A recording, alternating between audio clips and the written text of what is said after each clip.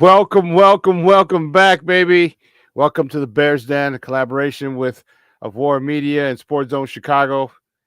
I'm your boy, the Superback Sean Sierra, and I'm with my man Joe Tanksley. Joe, what's up, Papa? How are you? I'm doing pretty good, man. Can't complain. Excited about this upcoming draft. And with the possibilities for the Bears, it seems like number one's already been taken care of, but there's a lot of questions about that second pick. There is, you know what? It's draft week. All right, it's draft week. It's got everybody excited. I'm fired up about it. Um, it could be one of the most pivotal drafts in the franchise history of the Chicago Bears. We Mhm. definitely are getting a new quarterback. But what else are we getting this weekend? And we're going to find out, and I'm excited. And our guest today, we're going to bring him on in a moment. He's been on the show once or twice. He's been on my show once or twice as Mhm. well. Mhm. All right. He's down there at NBC Sports Chicago. He's our lead draft analyst. All right. You can find him on Twitter at True Glynn Morgan. Guys, let's welcome back to Sports Zone Chicago, Glynn Morgan. Glynn, what's up, Papa? Good morning. Good afternoon. Good evening. Good night. Wherever you are in the world. Right. Yeah, Right. it's 9 o'clock somewhere else in the world, a different type Uh, of sunset, right, or sunrise. I feel you. Mhm. No, it's all good, man. It's all good. I'm, as you mentioned, just trying to make the rounds. I'm kind of like a nomad, right? No pun intended. No disrespect, nomad out there, but I'm just kind of like a gypsy, I guess you say, just out there, just going from place to place, man. But good to see you here and be with you guys. Appreciate you having me, and hey, man, let's get to it. so Thursday, all right. The draft starts this Thursday. NFL draft is Thursday, April 25th. Begins 7 o'clock Central Time. Coming from the D. All right. For all my people in Detroit, they're all fired up over at 8 Mile. All right, Motown, whatever you want to call it, Motor City. All right. Um, I'm excited as well. The Bears have the number one overall pick. The Bears traded their former quarterback Justin Fields, which opens the doorway. Yeah, I'm still not happy about that. Don't get me started, Glenn. I've been very good with it today, so don't get me fired up. Okay. um, but so it looks like we're going to have a new quarterback, and all indications point to Caleb Williams. Your thought on it most likely being Caleb Williams with the first pick? Sure. Actually, I put thumbs down, not so much because I have anything against Caleb, and not because I think Justin is, the best quarterback that's ever been known to mankind. Quarterbacking, yeah. Yeah, I believe in structure, so on and so forth, but not to go on that tangent. The question is about Caleb because that's where we're going, and I've actually begun to really warm up to who I believe the person is to be, or the person is, and as we're getting to know him to be, I should say, and you know, he's a different cat, man. He beats Mhm. to a different drum. I think athletically, and let's talk about that first. I don't think we have any questions about his ability to be effective on the field. We're talking about a quarterback who has shown proficiency in the with the two teams. Now, granted, it's the same system, but he's been in two different teams, which means two different groups of teammates, and he's been proficient with both of them. We're talking the last 2 years, like about 8,000 yards, 72 touchdowns, double-digit touchdown, rushing touchdowns. So an athletic guy, a guy who is very decisive. We've always talked, and you hear about the elasticity of his arm, his ability to be very creative and spontaneous on the field, and a very determined person, who wants to win like we all do. Sometimes he's been chided for how emotionally tied he is to winning. He may have a reaction on the field, but hey, we see it during March Madness, so no slight there. But to the person, I think that was where some more of the questions may have been for a lot of people, but especially when you talk about Justin Field and how we've grew to know him over the last several years, and just to a man at Hallis Hall, be it the janitor, be it the front office people, his own teammates, how much they have an affinity for him, his personality, and just how great a person he is, so on and so forth. So with Caleb, it's a bit of an unknown, and I think from the outside, he seemed a bit narcissistic. You put a person who with this panache in a place like LA, he seemed to be a little LA, all those narratives that you keep on a person, you don't really know them and you're just looking from the outside. Recently, if anyone gets a chance, I'm not necessarily trying to promote anybody else's stuff here, but I caught him with Ryan Clark and Fred Mhm. Taylor and Channing On the Crowder on the pivot. pivot. And it was a really good interview. You really get to see, you get more of an insight as to who he is, more of a background, where he came from. And the thing that stood out to me the most was just how uber focused he is and has been since like adolescence. Which is different. It's almost seems a little unhealthy to be that focused at that young an age. Todd Marinovich, like, but from him, not because of the parent. You know what I mean? Like with Marinovich, it was like a stage his dad. dad. Yeah, exactly. And you can see Marinovich wasn't really into it as much. He went through it and all, but you tell his passion wasn't there. With this is Caleb. This is Caleb saying, "This is what I want," and this is his parents not simply acquiescing, but helping him and then supporting him and doing everything and all that they can. But you just hear how self-aware he is and has been for some time, how comfortable he is in his own skin. And what really stood out was when he was, and again, if you haven't seen it, just a brief snippet, he mentioned how in high school, he was living in his own apartment, away from his folks because for the travel, so on and so forth. And hour the and a fact half that, in, yeah. Yeah, right. With traffic an hour and a half in, that the parents would trust you as senior. I mean, so many things could go wrong, so many different ways, And we just think about ourselves and most of the friends that we know. If you're 17 in a major city and you got a place in your own, who knows what types of shenanigans, so on and so forth, could happen. Yeah, let's call them shenanigans. Yeah, shenanigans. but just how uber focused he was and still is, and I think that was something I didn't really expect, and just how business oriented he is about the whole thing, and he's able to compartmentalize the business part, but still have the drive and determination to be the athlete and still have the love for the game and not have lost that. That's unique, but I think he can do that because he has other interests outside of football too. So I think he's able, I mentioned the word compartmentalize, and I think he's able to do that with so many different things so he can enjoy things in the moment and be in the moment. And I think that's going to play well in the field when he has to be in those moments when we need him to be the quarterback that the Bears and the rest of us are expecting him to be. It's going to be interesting. It would be a complete shocker somewhere out of left field if he's not selected number 1 overall. Right. I'm sure Washington is trying to make a pitch for him. I'm sure, just the hometown guy, and it seems like Ryan Poles either, sends it right to voicemail or has his assistant pick up or, lock them all together. So moving forward, sure. Say it comes to fruition like we all think it will, and Caleb is the number 1 overall pick. Give me your thoughts on what your expectations would be this year. He stepped into a phenomenal situation. Most likely the best situation a number 1 overall quarterback has ever stepped to in the history of the NFL. The Bears had 7 wins last year. Could have had up to 10. Okay. And even if they had 10, would this change have been made? I don't know. We'll see, because that first pick had nothing to do with us, with our record. It had to do with the Panthers. And so we're looking at, a lot of Bear fans saying we should have had at least 8, but possibly 10 victories and a playoff spot. What are your expectations for this young man coming in with a DJ Moore, with a Keenan Allen, with a Cole Kmet, with an upgrade in the running back room, with a true center now, with backups, with depth on the offensive line, with an improved defense? What are your expectations coming into this year if he is the pick? Yeah, not to mention the 9th pick overall, and that could turn out to be an offensive weapon as well. And also strength of schedule where it's, you've got a last place schedule.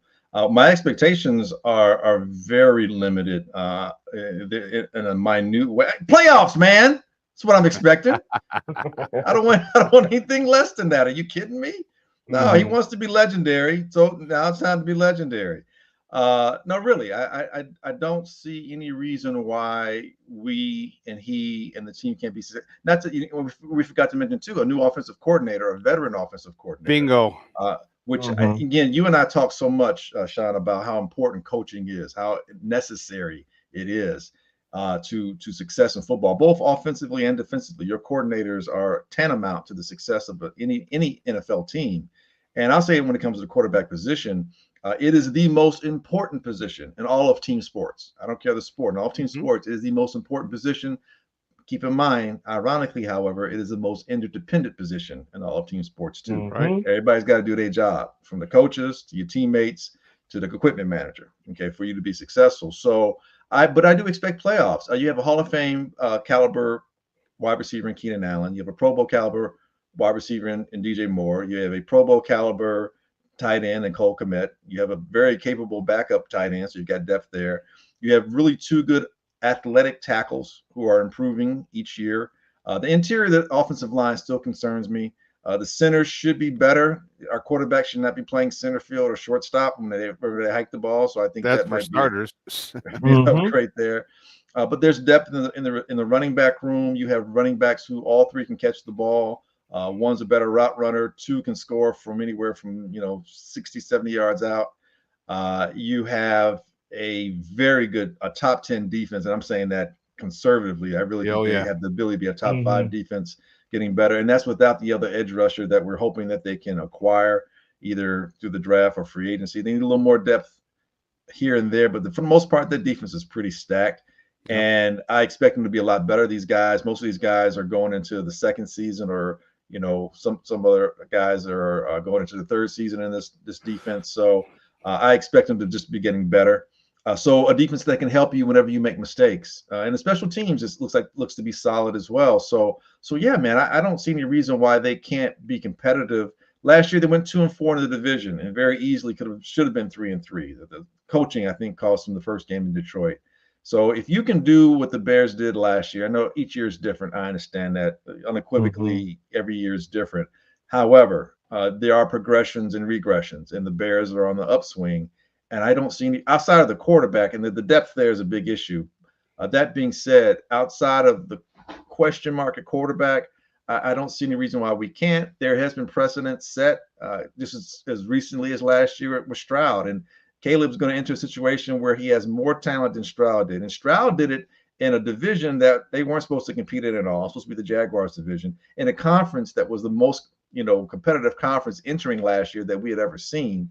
No one, I don't even think the people in Houston were talking about Houston making the playoffs. And they'd be lying to you right now if they said that they thought they would make the playoffs. Now, did they go? But obviously they won a game as well. And so I don't see any reason. And every year, there are teams that made the playoffs last year or the year prior to, and they don't make it the next year for whatever reason. Attrition hits a lot of teams in the NFL. That being said, as long as there are no key injuries, Montez Sweat, for example, Keenan and or DJ, maybe another player here or there, as long as there are no key injuries and no long-standing key injuries, I see zero reasons, none yet. I see zero reasons why the Bears should not win double-digit victories and with that be in line to make the playoffs. Now, if they lose because they're tied 10-7 and tiebreakers and they can't make it as the 7th team, they went up to 8th team, I can give a little latitude there. But really, I see nothing less than 10 games. I see 11-6, and I think that should put them squarely in the playoffs. Now that we got, Caleb, pretty set in that position that everybody knows is kind of, foregone conclusion, what are the possibilities for the 9th overall pick? You mentioned earlier that it could be an offensive weapon, but what are some of the other possibilities for that 9th pick with the Bears? You mentioned they could hope to acquire, another edge rusher. Where do you see them going? Yeah, man, that is like a gazillion-dollar question, and with all the different mock drafts I've done so many different variations of it. Up until maybe about a week or two ago, I was convinced, just like I was prior to, that the Bears need to trade down. Get a haul.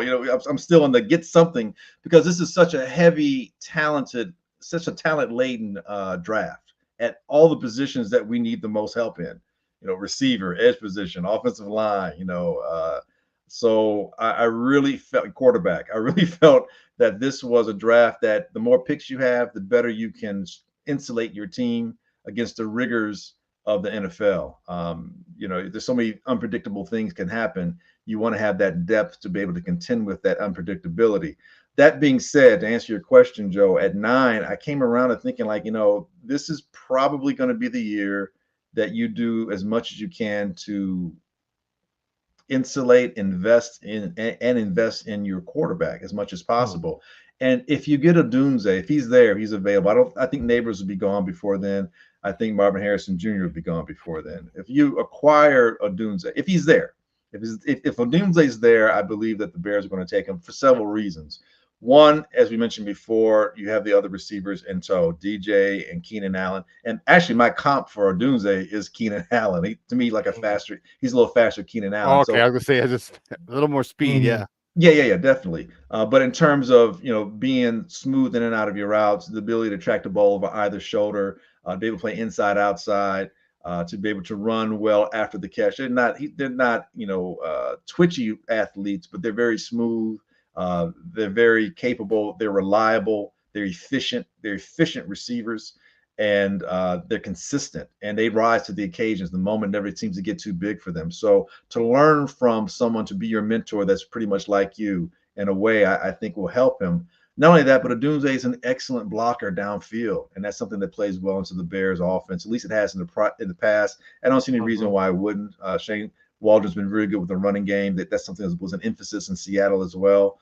So I think that plays well. But here's the cool thing about it is that Odunze will be able to grow in tandem with Caleb. It helps you when Keenan Allen, who had an injury history throughout his career, if he goes down, you have another receiver.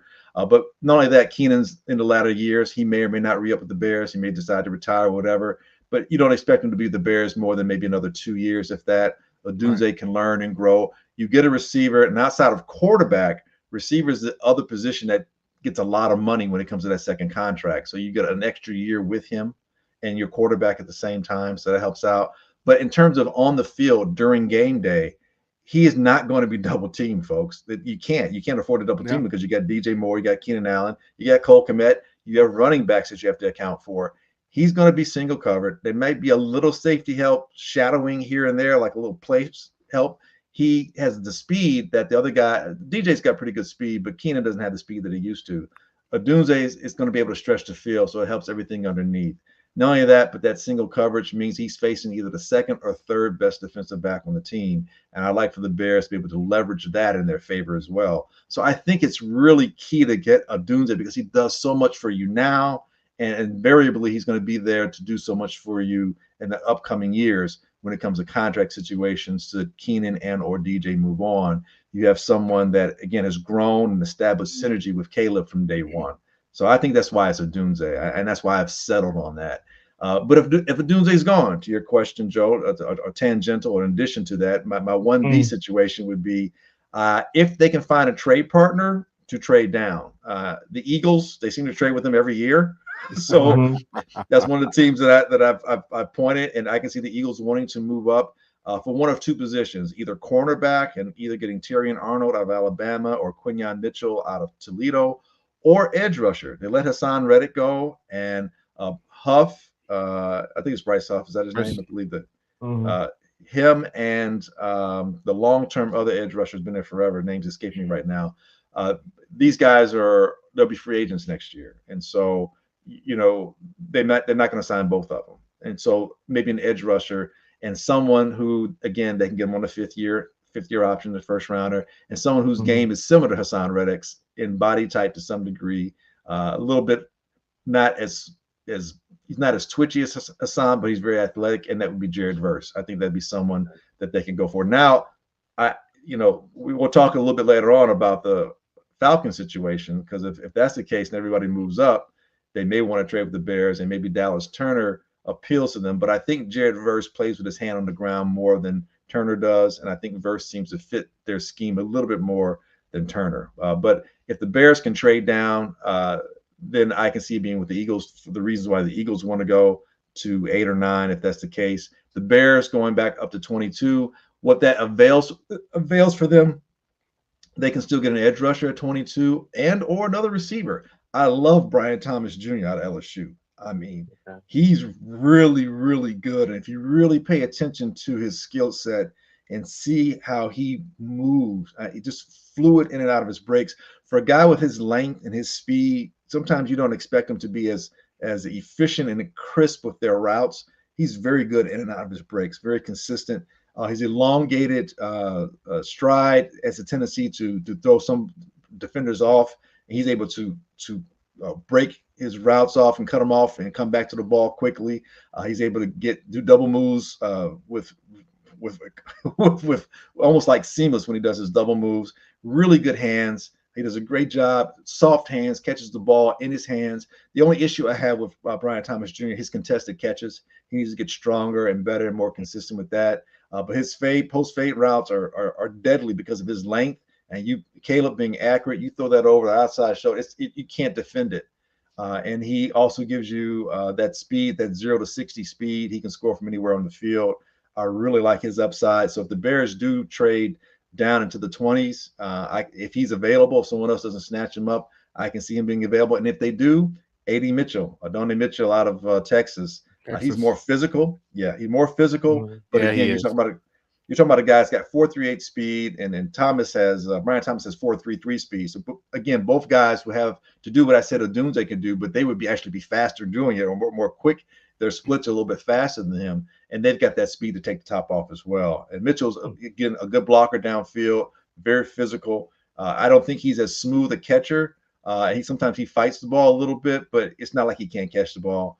And, he'll only get better. And again, the upside is with any receiver the Bears take in the first round, they're going to be facing second or third quality defensive backs, and they won't be double covered. Can you imagine Mitchell or Thomas not being double covered and just getting up on top of the safety or behind the cornerback so quickly, and Caleb seeing him? I mean, it can be dangerous. And with all that attention going downfield, the underneath is there. I can see Swift doing Texas routes, and I can see even Caleb, when he does his scramble drill or when he breaks containment, he's playing out of structure. I can see him running up 15, 20 yards as well. So that's what I see. And the Bears, if they do trade back with the Eagles, maybe get their 53rd pick or maybe even the 50th pick from the Eagles, but get a second round pick and then get your edge rusher there. And I love. I don't know if I mentioned love enough. I love Braylon Trice. Yeah, Braylon Trice, really, I think he's, for the Bears' purposes, for a 4-3 defensive scheme, that defensive edge in a more traditional sense, he gives you the size, he gives you the length. He doesn't have that quick burst, but he's got a good stride. He's like a loping stride. He gets to you very quickly. He plays angles extremely well, so the quarterbacks don't really get away from him. He cuts off your angles. He's very decisive when he comes after you, and he's very good against the run. He holds up well at the point of attack. He can string out the run. He's very smart. He doesn't overplay. He doesn't rush upfield and get himself out of the play. And just think about this. You got a guy like Braylon Trice. You have him. He's about 6'4". Then you have maybe you slide DeMarcus. And just talk about maybe like on third down I'm talking about here. You slide Walker inside. He's 6'4", 280. And you keep Dexter from Florida. Thank you, Dexter. It's 6'6" on the interior, 6'6", 312. You've got Montez. That's a lot of length at the line of scrimmage. These guys don't have to necessarily sack you to apply pressure. And what did Braylon Trice do last year? He led the nation in pressures at 79. So I just see someone like him fitting so well schematically what the Bears do. And he'll play right away, and not only that, but I think he's more of a every down back than some of these other defensive edge than some of these other guys that are just more pass rusher oriented. So I love Braylon Trice. He would be there in the second round, and that would be someone that I would love for the Bears to trade back and get those two picks. But it's not going to happen because I want it to happen, so it's not going to happen. So they're going to take somebody at 9. So I hope I answered your short question with like a 7-minute answer. So what do you think they do here if they trade down, if it gets to 9 and Joe Alt is available? All right. Nope. No, huh?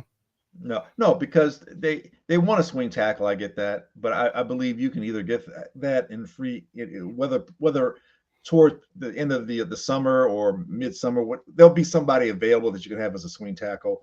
I think next year then maybe something they may invest in. I think this year is more so specific to getting weapons to help out.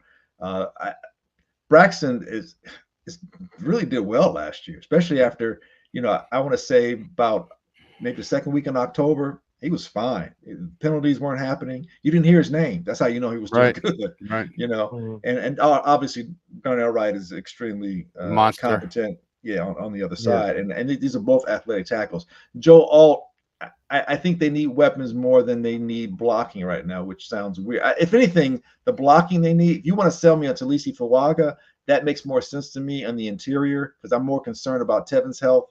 I don't believe Tevin's is going to stay healthy for 17 games. I don't know about the new center. We'll find out. And hopefully Nate Davis just had an anomalous year last year, which is more of an anomaly than him. Then that's what is the case going forward. So I hope that he's back to form. But if that interior is where I'm more concerned, not the exterior. Now, that being said, if the Bears do take the 9th pick, I still think they have a possibility to trade down. Now, the next pick is 75 after 9. It's a 3rd-round pick. You can still trade down. You can trade down, maybe get a lower 3rd-round pick, say at 93, and then get a 4th-round pick, say at like 112, 114. Somewhere around there. The team I'm talking about is the Baltimore Ravens. They could trade down with the Baltimore Ravens. I can see the Ravens moving up to get a specific player because they have enough picks. And even if they do move up with the Bears, the Ravens will still have a pick in every round. I think they'd have 2 at the end, 2 and 7 at the end of it. But that would be something that I could see happening because if anything, polls have shown us he does business or repeat business with people that he's had good dealings with. The Eagles obviously stick out, but also Roquan, it worked out for the Bears and it worked out for Roquan. And I can see the Bears revisiting that relationship potentially, or the Ravens revisiting that relationship with Chicago saying, hey, we know you need a few more picks. We want this specific person. It's in the other conference, so there's not a conflict of interest in the Bears situation in terms of feeling like you're helping an enemy out, so to speak, or a division rival or a conference rival. And then the Bears can get a couple more picks. And if they do that, to your point, maybe there they can find an additional lineman in that case. Maybe a Kieran Amigaji. I'm killing the name, but out of Yale. Yeah. When I see the name, I can say it, but right now I can't visualize the spelling of the last name. I know it's Amingaji, I think. So you're saying he's staying away from Pittsburgh, then, is what you're saying? He's not even trying to holler at Pittsburgh. What not? I mean, he may. You never know. Pittsburgh may want to move up, and that's a possibility too. I mean, Pittsburgh tends to seem to get the better of the deals with us. So I would stay away. I would stay away. But then again, hey, if it works out for them, I think when they go to Pittsburgh for the deal, I think we get screwed over. Maybe if Pittsburgh gives us something, maybe we'll be less screwed over. Maybe that's a possibility. Well, I don't know if we want another one of their. We got what's his name, Chase Claypool from them. So I don't know about that. None of the players. We don't want any of the cast off. Oh, just picks. Right. Yeah, just okay. picks. Okay, guys, we're joined by Glynn Morgan from NBC Sports Chicago, talking Bears football here on the Bears Den here in WARR Media and SportsZone Chicago. Is this the first year that Matt Eberflus can truly be evaluated? All right, his first year they tore it down. Last year they were rebuilding the defense, rebuilding the offense. Seems like they got they have a brand new OC. They have a defense that's set up. Is this the year that Brian Poles can truly give him a good evaluation? No, bro. I think last year was a good year. It's not so much about the players. It's not so much about your record per se. It's what you're doing in and out of every situation you find yourself in. The Bears face a different type of adversity last year. You lose your defensive coordinator before the season begins for nefarious dealings outside of football, to say the least, right? And then you lose another one of your coaches as well. And you don't have an edge rusher because you didn't draft one. And your secondary's banged up starting out. And your offensive coordinator is not helping you out much. And you're losing games, defensively at a historic clip in terms of the amount of points you're allowing, and how you're able to keep everyone on the same page is part of coaching. So I think that evaluation happened last year. I think that's why he has the job. I think why he wasn't let go, because he was able to hold it together. And then when they got him a couple of pieces to help him out, and when the defense got a little more healthy, and when the offensive line got a little more healthy, but more specifically the defense, you saw that defense flip a gear. Like they figured it out, they understood, and you saw the players stop thinking and just playing and reacting.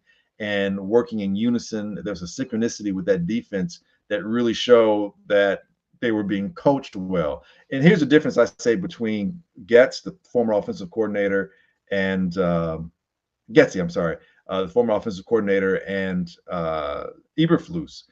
To me, Getsy, nobody developed underneath him, not just the quarterback. I'm looking at all the other skill positions. Anybody, not DJ Moore, who wasn't already commit, maybe you could argue that. But again, commit, he was here already. So he had a year without Getsy. So I don't know how much Getsy really helped him. Right. But really, you look at the skill positions, and he underutilized in running backs. He couldn't figure out 3rd and 1 or 4th and 1. He couldn't figure it out all year. And these are things that have nothing to do with Justin. Nothing to do with Justin. I'm taking Justin out of the equation. I'm just talking about as an offensive coordinator, where I believe he was inefficient and really failed the team in some respects. Conversely, Eberflus, you saw everybody being used. Sometimes he got a little too creative. He's got guys who are 300 pounds dropping into coverage. Just don't do that again. Yeah. But you saw the younger players really develop. You saw my guy Stevenson. You saw him develop big time. To me, and again, I said before the year began, I thought he could have been Defensive Player of the Year. You look at his stats, he should have been in the running for Defensive Player of the Year. He had an exceptional rookie season for a cornerback, especially on a bad team, or a struggling team. And then you look at Smith, the other cornerback that was drafted out of Minnesota. He came on strong. Not to mention the second-year guys developed, and Gordon and Brisker. And you saw the linebackers, because that pretty much was almost a whole new front seven in some respects. Yep. You saw those guys learn and develop and grow, and you saw the growth, and you saw people being utilized and developed. So, yeah, I think Eberflus I think last year was the first year you could really, take out your grade book on him and see what he was doing. And I think he passed. I think in some levels it might have been a C or C+, but in other levels it was a B+. Well, they're the number one rated defense in the last 6 weeks of the year. So it's, I think they finally hit their stride. I think the Montez Sweat effect really took hold, and they're understanding how to play off of him and him playing off the rest of the defense. I mean, and I understand that the schedule, the teams that they faced toward the end might not have been some of the tougher teams, but they're still NFL teams. And the fact of the matter is that, they're still they get a check too, just like the Bears did, and they're trying to win everything. And so you know what, you hold that number one spot, the best defense in the last 6 weeks of the year, with Javon Dexter finally understanding his new role. All right, because that hadn't happened in the beginning of the year. There's a lot of upside with that defense. Yeah, not only that, but keep in mind, we weren't a good team, so it wasn't like we were the Chiefs and we were beating bad teams. We were considered a bad team too. so we were the tallest short person when it came to that. But we were beating. Well, I didn't want to say that. I don't like you. I try to be careful of that word these days. I don't want to offend anybody. I'll just say the tallest short person. So. But yeah, I mean, so we were a bad team. We're still finished 7-10, so we weren't a winning team. So by definition, we were a bad team. We were just better at being less worse than the other teams were. So no, it's relevant is my point. And I agree with you wholeheartedly, Sean, that what we did is relevant to the situation, our situation, and going forward, that's a great step to build on. So back to your original query, I believe Eberflus's evaluation began last year, and I think this year it continues to see if you can keep it going forward. So I think the evaluation is different. I don't think it's the first one. I think it's he's being evaluated differently. Now I think he's going to be evaluated more as a head coach, because last year he kind of had to take a step back and be the coordinator as well, understandably so. But his flexibility, his adjustment, him probably not complaining about things, all those things worked in his favor. So we'll see what kind of leader he is. We'll see how flexible, we can grade him more now on decisions that a head coach has to make during game time. Whereas last year, you might have given a little more latitude because his attention might have been a bit divided, having to probably be 80-20 coordinator as opposed to, 80-20 head coach. Glynn, you mentioned earlier that you believe the Bears have what it takes to make the playoffs, but you also mentioned that Caleb, your expectations for Caleb would be limited. So with the Bears, being a playoff. Let me correct you. They're not limited. I was joking when I said it Okay. before. No, hell no. Okay. He wants to be legendary. So no, I expect playoffs. I got you. Okay. I Yeah, got yeah, you. So, yeah. I mean, there's a lot of pressure put on him. What does, what is this going to look like as far as, a season where Bears make it to the playoffs? So, are we expecting CJ Stroud like numbers, or, with the way he's been insulated, what do we expect? Are we expecting to see the best rookie season from a quarterback ever? I don't care. That doesn't matter. Okay. I just need you to win. Mm-hmm. To get it caught up in the numbers ahead of time, I think that's the fan. That's the fantasy football fan in us too, and that's something we Mm-hmm. can talk and speculate on. But no, he just needs to come in and win. And I don't care the pressure. I think there's not as much pressure on him as we think there is. I don't think there's any more pressure we're putting on him that he puts on himself to begin with. And again, if you listen Mm-hmm. to some of his interviews, you can tell like he is hyper focused like that. He's completely self-aware. Pressure is like, dude, they've done everything to support him, to ease the pressure. So there should be less pressure on him. I mean, really, it's I'm not saying it's going to be easy because again, the guys have to stay healthy. Mm-hmm. Teams have to work together. But for all intents and purposes, it's like, bro, you got to hand off to those guys behind you who are all good. You get to throw to one of three guys that should be open at any time, and a fourth one if you throw in Cole Kmet. Your coordinator should probably put you in situations where you're advantageous as opposed to putting you in situations where you're being disadvantaged. And your defense, if you do make a mistake, will probably put you in a better situation. You won't, they probably won't be extended, that like length of downs because their defense will get off the field. And I think the Bears ended up leading the year last year, or tied for most interceptions last year. I think the Bears will have no less than 18 interceptions this year. And I know that seems like a lot, but I don't think I think they'll exceed that. But the reason why I say that is because Eberflus, his defenses, even going back to the Colts, and Sean, you and I have talked about it before too. They've been good at creating pressure, and that pressure causes turnovers.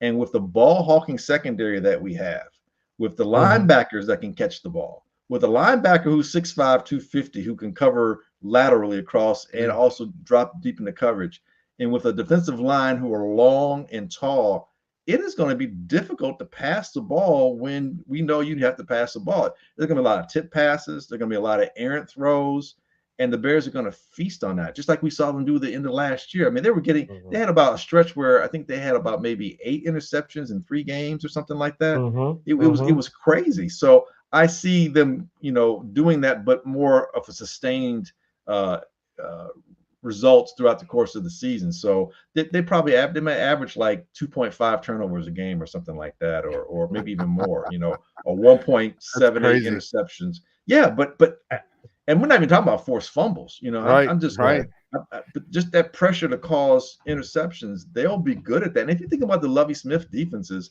it was predicated on turnovers. And I know turnovers, you can't count on them in terms of the number. You don't know what you're going to have from year to year. And if you have a really good year, you don't necessarily expect to have a similar year.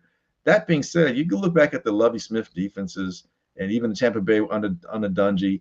They tend to have double-digit, interceptions. The turnovers are there. Now, whether or not it's 41 year and 28 the other year, they still force them. And then they're quality turnovers. When you force a turnover and you score off of it, it's better than if you force a turnover and you just get the ball, midfield or whatever. So yeah, man, I think that the pressure on Caleb, that's just us thinking he has pressure. I don't think that young man's gonna have a lot of pressure on him other than what he already expects and what he places on himself. You talked about, Coach, and again, guys, we're joined by Glynn Morgan from NBC Sports Chicago, talking Bears football here on Bears Den. You talked about Coach Eberflus and going back and forth, head coach DC. How long do you think before he hands over the DC calls to Eric Washington, who's a former DC, phenomenal defensive line coach, who I'm expecting to maximize the talent of Javon Dexter, of Zach Pickens, of a DeMarcus Walker, of Billings, and of a Sweat. Okay, Right. but how long do you think before he hands those duties over to him? That's a great question, and that's something that I don't think a lot of people have. I don't think he will. It's funny you asked. I thought I'm thinking I'm like, man, is he? And the reason why I say that is because how quickly he responded. It was either at the combine or not too long after the combine. Where he's like, oh no, I'm calling the plays. I'm like, oh okay, you making sure you're keeping your job. I understand. You know Mm-hmm. you like you know what? Not, so it's going to be just think Andy Reid in some respects in terms like Andy Reid is still known for calling plays, but he'll say, oh no, my offensive coordinators they were involved in the game planning. So that's what you're gonna get. Or same thing with Sean McVay. Oh no, my guys were involved in the game planning. Yeah, but on the sidelines, he's calling the play. So I think Eberflus is like, nah. I think I'll do better at keeping my job and doing what I do best, and that's being the coordinator. But these guys will be involved in the game planning, and they're instrumental and crucial to our success. I think that's how that's going to play itself out. Okay. Well, Glynn, we thank you for your time, man. We appreciate it. Before you go, do me a favor. Let everyone know where they can find you and your work online.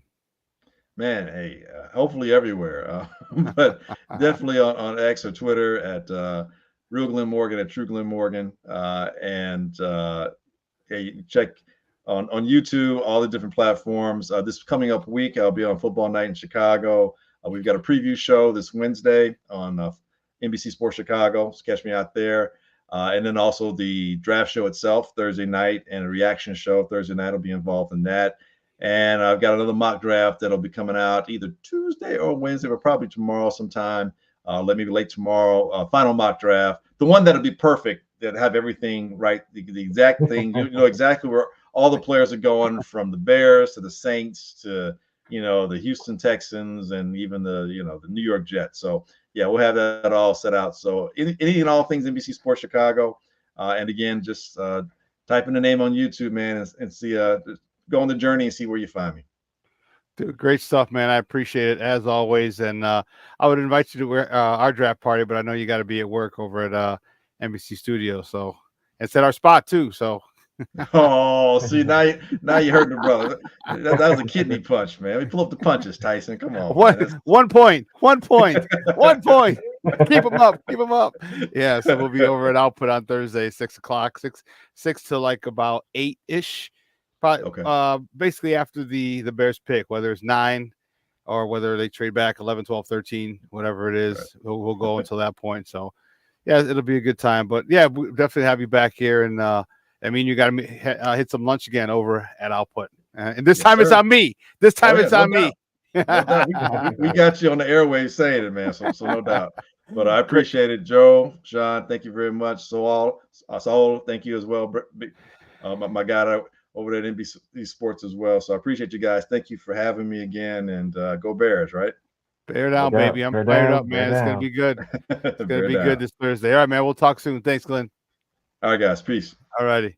Guys, that's Glynn Morgan from NBC Sports Chicago. Man, I love talking with Glynn, man. He's great. Mm-hmm. He's very well thought out, his takes. So, but yeah, it's gonna be fun, Joe. It's gonna be fun Thursday, Output Lounge. Tons of giveaways. Just in case you didn't see. I put them all over there. We got a couple knit winter hats, fleece lined hats. We got a Bears Gatorade towel. We got we have 4 Chicago Bear Gatorade squeeze bottles. We got a whole bunch of stuff. I mean, we're only going to be there for about 2 hours, so we got about 8, maybe 10 giveaways. All right, so make sure you get there. The raffles are free, so as soon as you come in, you get a ticket. And it's going to be fun. We got the back room. We're going to be doing our own commentary. They have the volume down on the TV, and we're going to be talking, and the people are going to be listening to us. So it's going to be a really, really good thing. And then again, they have the best wings in the city, so it's going to be popping. So if you can, guys, make sure you tune in or you come by Output Lounge. The draft starts at 7. Our show starts at 6. I highly suggest you get there around 5 between 5 and 5:30. It will fill. All right, it will fill up, and it's going to be one hell of a time. So, it's a good place to wrap it up. Hey, listen, Joe, thanks for coming on today, Papa. I appreciate it. We also big shout out to Glynn Morgan from NBC Sports Chicago for joining us, talking Bears football here on Bears Den. Man, it's going to be. I'm telling you, I'm really excited. And yeah, I mean, this is history in the making. And I think I'm getting excited. I'm starting to get excited. like everybody else, I was sad to see our guy go, but I'm excited for the possibilities. I think Caleb is a different cat. And I think and him being so different, with his personality, and Glenn mentioned how hyper focused he was. I think that's going to be, I think he's going to be good, end up being good for the Bears. The kid's talent was never the issue, right? It never was.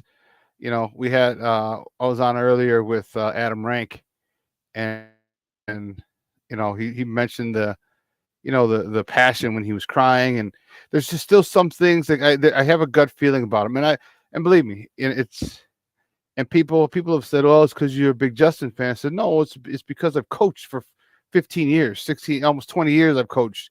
All right, I've dealt with all types of players. Okay, there's just something about him.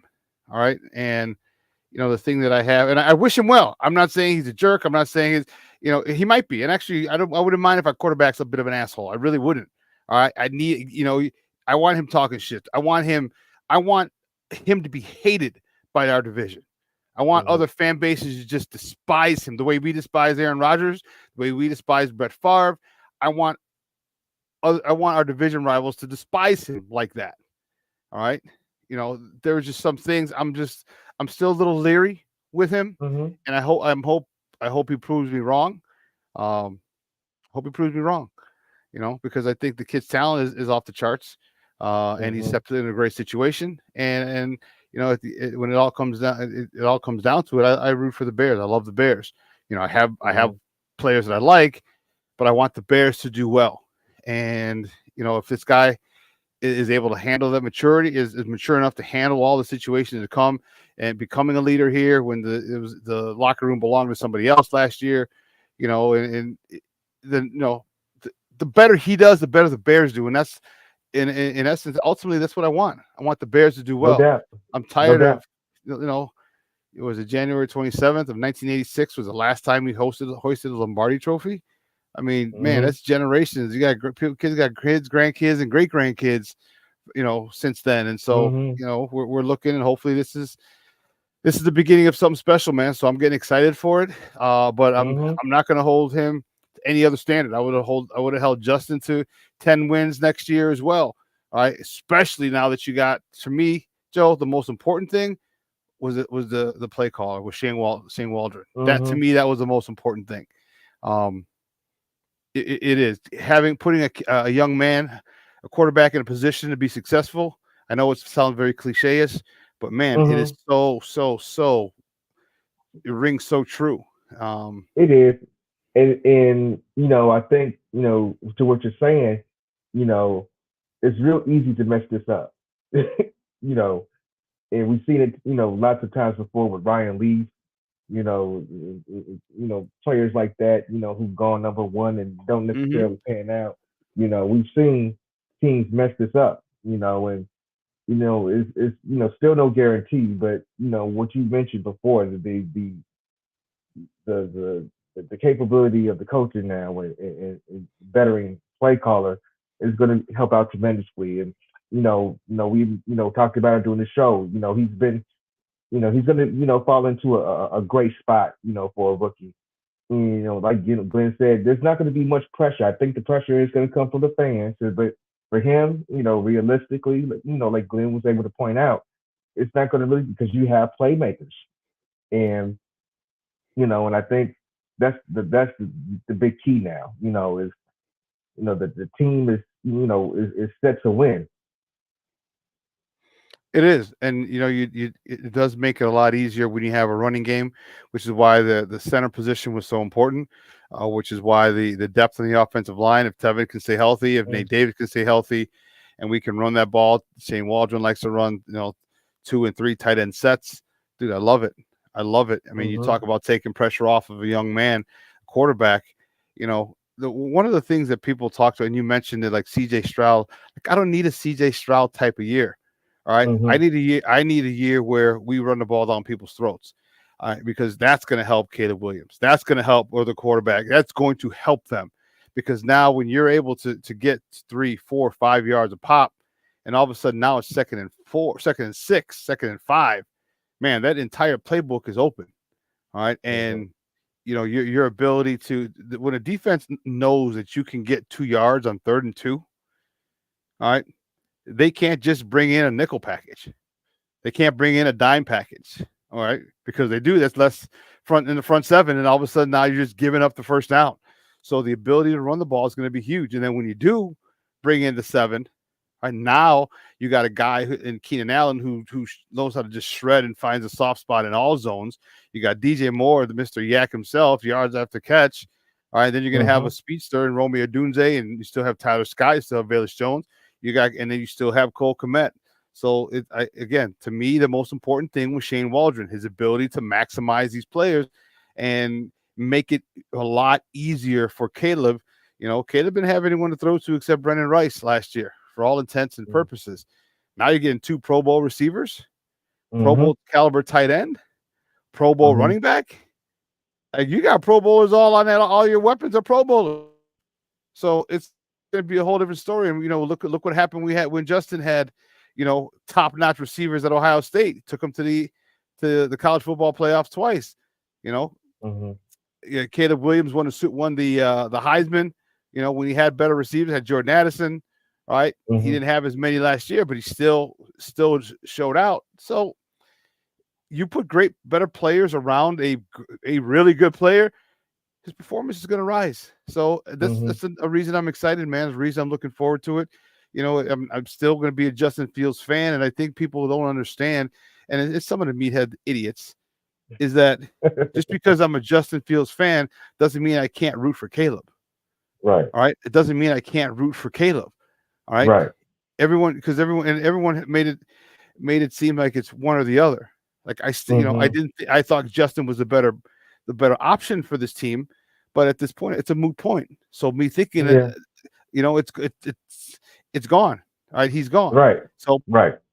Fan, and I want my Bears to do well. So I'm going to root for the players that we have. So No doubt.